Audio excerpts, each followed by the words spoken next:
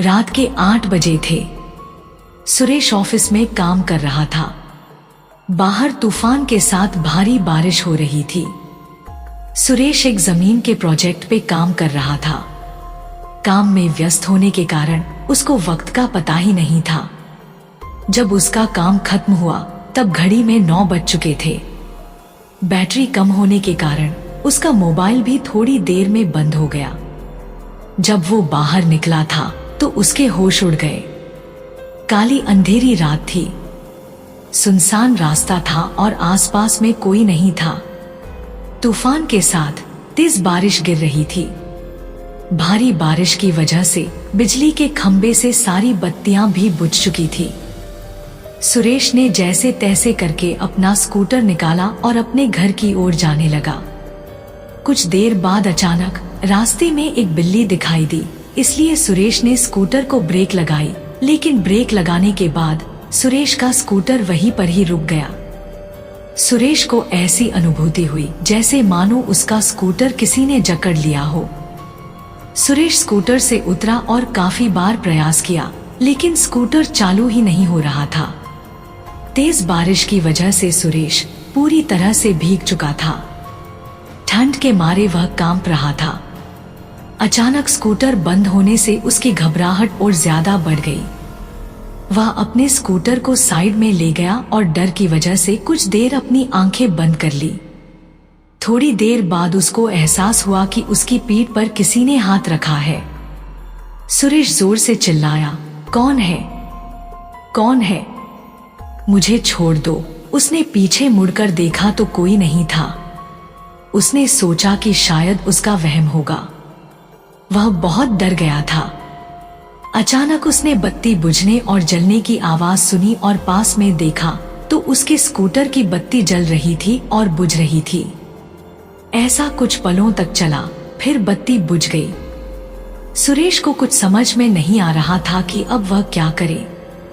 वो कुछ हरकत करता उससे पहले ही उसके सामने एक लटकता हुआ सफेद छाता उसको सामने दिखाई पड़ा। सुरेश ने डर के मारे अपनी आंखें बंद कर ली, लेकिन वह अपनी आंखों को ज्यादा देर तक बंद नहीं कर पाया। जब उसने अपनी आंखें खोली तो उसके पैरों तले जमीन खिसक गई। उसकी नजरों के सामने एक चुड़ैल थी। उसने सफेद साड़ी पहनी थी। वह डरावनी नजरों से सुरेश को देख रही थी। फिर उस चुड़ैल ने छाता जमीन पर फेंक दिया। सुरेश ने देखा कि बारिश की बूंद चुड़ैल की साड़ी पर गिरते ही बूंद लाल रंग की हो गई। धीरे धीरे पूरी साड़ी लाल रंग में परिवर्तित हो गई। यह दृश्य देखकर सुरेश भयभीत हो उठा और अपना स्कूटर चालू करने लगा। सौभाग्य से उसका स्कूटर चालू हो गया और वह तेजी से अपने घर की ओर बढ़ने लगा। कुछ देर बाद वही चुड़ैल सुरेश के स्कूटर के सामने आ गई। सुरेश स्कूटर को नियंत्रित नहीं कर पाया और स्कूटर एक पेड़ पे जाके टकराया।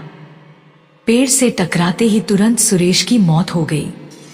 अगले दिन सुबह जब कुछ लोगों ने यह देखा तो पुलिस को बुलाया और लाश को सुरेश के घर वालों को दे दिया और पुलिस ने जांच पड़ताल करके यह बताया कि सुरेश की मौत अकस्मात से हुई। वह तेज रफ्तार से स्कूटर चला रहा होगा और नियंत्रण न रहने पर पेड़ से टकराकर उसकी मौत हुई। सुरेश की मौत के कुछ दिन बाद ऐसी ही तेज बारिश हुई जितनी उस रात को हुई थी। सुरेश के 2 खास दोस्त थे, रमेश और परेश। वो दोनों सुरेश के साथ ही काम करते थे। रात के 3 बजे थे। रमेश अपने कमरे में सो रहा था।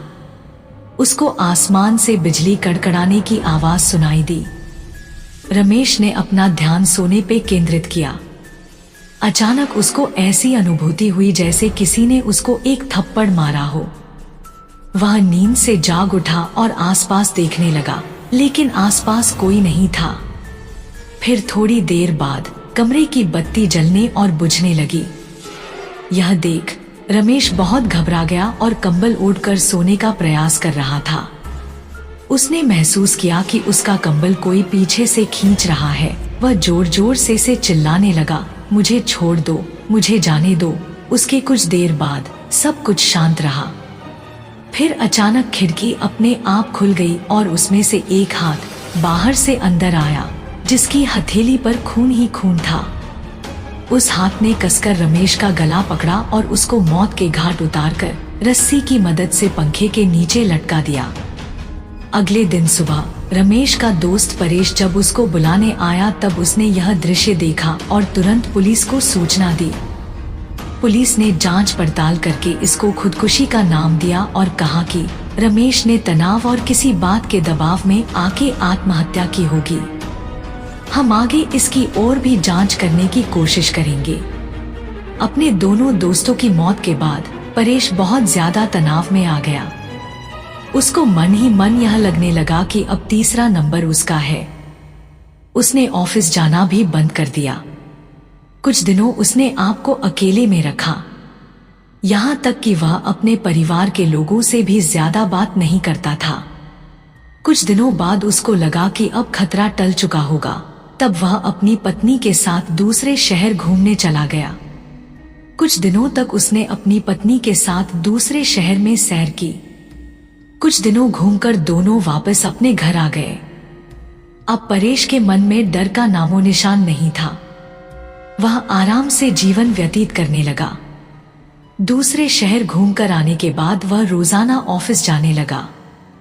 एक दिन ऑफिस में ज्यादा काम की वजह से उसको देर तक रुकना पड़ा। उस रात को भी तूफान के साथ भारी बारिश हो रही थी।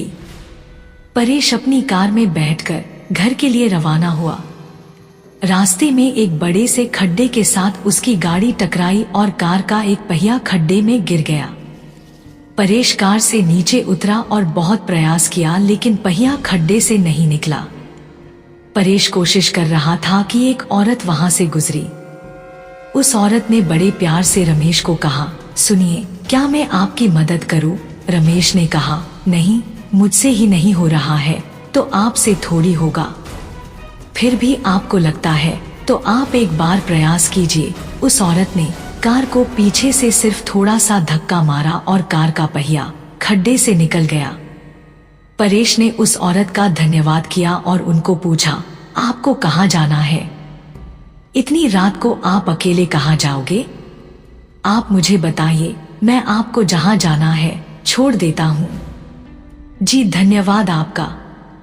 यहाँ से थोड़ा आगे एक तालाब वाली गली आती है, वहाँ मुझे छोड़ दीजिएगा। तालाब के पास में ही मेरा घर है, औरत ने जवाब दिया। परेश ने उस औरत को अपनी कार में बिठाया और आगे बढ़ा। परेश को थोड़ा डर जरूर लग रहा था, लेकिन उसने गाड़ी चलाने पे ध्यान केंद्रित किया।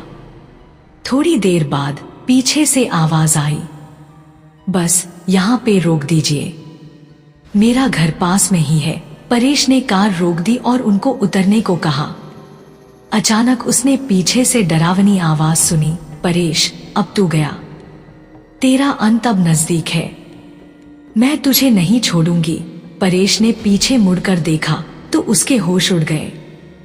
वो औरत एक खौफनाक चुड़ैल में परिवर्तित हो गई थी। उस चुड़ैल ने जोर से परेश को धक्का दिया और उसको कार से नीचे गिरा दिया। फिर परेश को घसीटकर तालाब की ओर ले जाने लगी। परेश बहुत चीखा और चिल्लाया, लेकिन चुड़ैल ने उसकी एक नहीं सुनी। परेश ने चुड़ैल से कहा, कृपया मुझे छोड़ दो, मुझे जाने दो, मैंने आपका क्या बिगाड़ा है? परेश, तू आज मेरे हाथों से ही मरेगा। तुम्हारे दोनों दोस्तों को तो मैं मौत के घाट उतार चुकी हूँ, अब तुम्हारी बारी है। याद करो बरसात की वो अंधेरी रात, जिस रात को तुम लोगों ने मेरी हत्या करके मुझे तालाब में फेंक दिया था।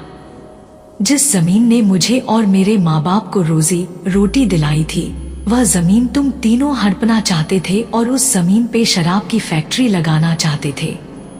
जब मैंने और मेरे पिताजी ने हस्ताक्षर करने से मना कर दिया तो तुम पापी दरिंदों ने मेरी और मेरे पिता की हत्या कर दी और दोनों को तालाब में फेंक दिया। हमारी मौत का कारण लोगों को यह बताया कि हम पानी में डूबकर मर गए हैं। मैं उस जमीन पे कभी भी शराब की फैक्ट्री नहीं चलने दूंगी तथा मैं वापस मेरे और मेरे पिताजी का बदला लेने के लिए आई हूँ। आज तुझे भगवान भी मुझसे बचा नहीं पाएगा, कहकर चुड़ैल ने जोर से धक्का दिया और परेश को तालाब में गिरा दिया और पानी में डूबकर उसकी तुरंत मौत हो गई। फिर चुड़ैल अदृश्य हो गई। दूसरे दिन किसी ने परेश की लाश को पानी में बहते हुए देखा तो तुरंत पुलिस को संपर्क किया। पुलिस ने जांच करके उसकी लाश उसके परिवार को दे दी तथा मौत का कारण यह बताया कि उसकी मौत पानी में डूबकर हुई।